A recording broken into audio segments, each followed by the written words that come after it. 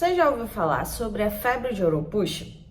Pois é, agora em 2024, na Bahia, foram confirmadas 2 mortes por febre de Oropouche. E chamou atenção porque é o primeiro relato de mortes exclusivamente por Oropouche no mundo e foram em pacientes jovens, sem comorbidades, sem outros problemas de saúde. Então aqui nesse vídeo a gente vai entender o que aconteceu e os pontos fundamentais em relação a essa infecção.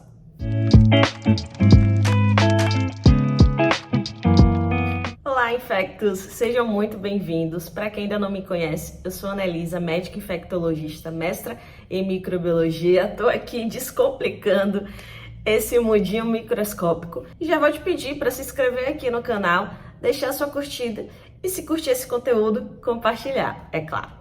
Gente, antes de pontuar sobre o que aconteceu, em relação ao caso clínico das pacientes que infelizmente vieram a óbito por Oropouche, é importante a gente falar aqui os pontos principais em relação a essa infecção.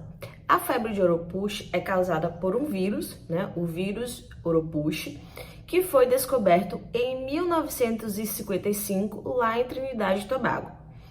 Esse vírus chegou no Brasil aqui em 1960 e já causou muito problema, muitos surtos na região norte.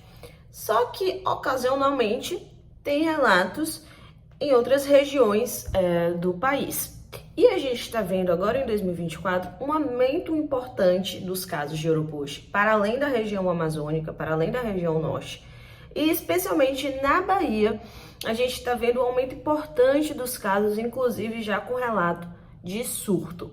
É uma arbovirose porque é transmitida pela picada de um mosquito, mas não é o Aedes aegypti aqui, como você está acostumado. Aqui o vetor, o mosquito, é o Culicoides paraensis, que na linguagem popular é conhecido como maruim.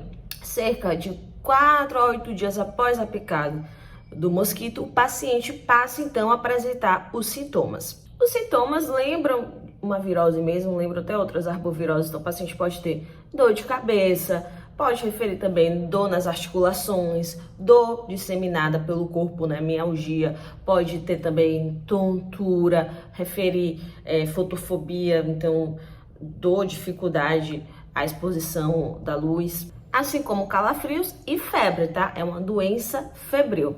Pode acontecer de ter a recorrência, então o paciente apresentar os sintomas, depois ele tem uma melhora, passa alguns dias, semanas bem, depois volta de novo, os sintomas. Cerca de 60% dos pacientes podem ter essa recorrência, mas geralmente quando voltam os sintomas são mais leves, mais brandos, e aí tendem a melhorar. O tratamento, assim como na dengue, na zika, na chikungunya, é com sintomáticos, então é recomendado o uso da dipirona ou do paracetamol para os casos de dor, de febre. Não tem um antiviral específico. E a prevenção é aquela que a gente também já está cansada de falar, mas que é muito importante. Então, o uso do repelente, usar roupas compridas, sapato fechado em locais que você tem muito acesso a mosquitos e também ficar atento para não acumular água, não acumular lixo, não acumular comida estragada, porque tudo isso pode atrair mosquitos, Então, terrenos baldios, fazer uma busca ativa, fazer uma limpeza ativa ali, tudo isso é importante. Então, é sempre pensar em como é que eu posso eliminar possíveis criadouros de mosquitos. Agora que você está entendendo melhor sobre a febre de Oropouche, eu vou compartilhar aqui então o que foi que aconteceu com essas pacientes lá na Bahia e o que é que chamou a atenção. Eu li um artigo que foi publicado agora 16 de julho de 2024 por médicos e outros profissionais da saúde lá da Bahia, tá? E nesse artigo eles compartilham na evolução dos casos. Chama a atenção que foram 2 mulheres jovens, então uma de 24 anos e outra de 21 anos, sem comorbidades, elas não tinham relato de ter outras doenças como hipertensão, diabetes, nada do tipo, previamente rígidas, previamente bem, saudáveis. Outro ponto que chamou muito a atenção foi a rápida evolução para o óbito.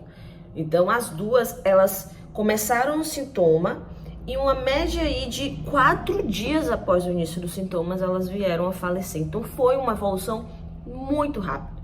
Inclusive, elas ficaram pouco tempo internadas, porque já chegaram no hospital muito grave, com sangramento e precisando de oxigênio suplementar. Enfim, uma evolução muito aguda, né? Algo que não é muito relatado na febre de Oropouche. E outro ponto também muito importante é a similaridade com o dengue grave. Por quê? Elas apresentaram sangramentos, né? Só abrindo aqui um parêntese, na dengue grave, o paciente ele vai apresentar sangramentos e ou disfunção de órgãos. Então pode ter hepatite, meningite. É um quadro, como o próprio nome já diz, né, grave. E essas pacientes com febre de Oropouche que faleceram, elas tiveram uma similaridade com pacientes que têm dengue grave. Então, elas tiveram sangramentos importantes. Uma teve, né, relato de sangramento gengival, no nariz, vaginal. Outra teve queda importante da hemoglobina, assim, em horas. Então, pode ter tido um sangramento interno.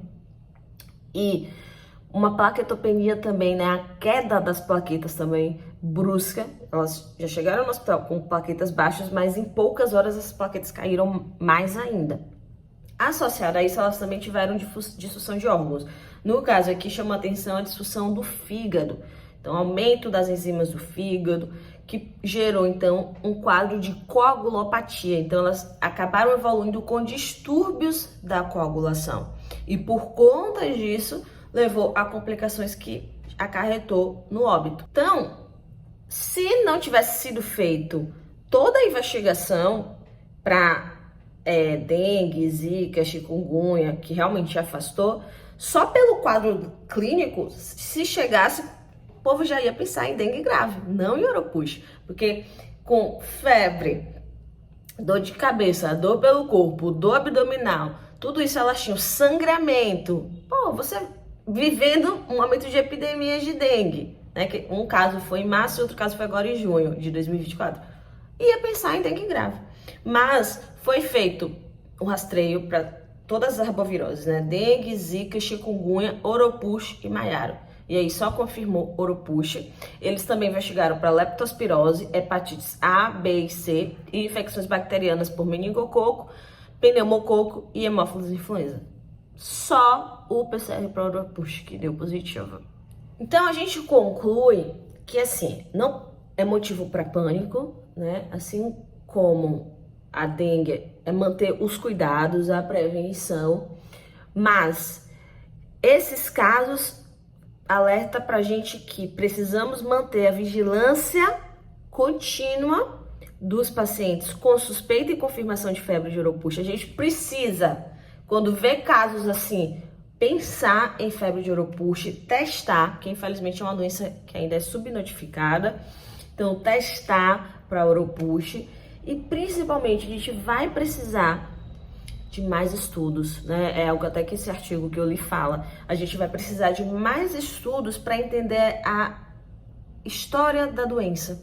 Porque até o momento se tinha uma perspectiva da doença, mas agora a gente está vendo outra face dessa febre de Oropouche. Então entender melhor esse vírus, entender melhor os hospedeiros, entender melhor a evolução clínica da doença. Então a gente vai precisar de mais estudos para que possamos aí entender melhor a febre de Oropouche e consequentemente isso vai trazer benefícios, né, para o diagnóstico, para o tratamento, beleza? Se vocês tiverem alguma dúvida, deixem aqui nos comentários e compartilhe esse vídeo para quem quiser saber mais. Beijão!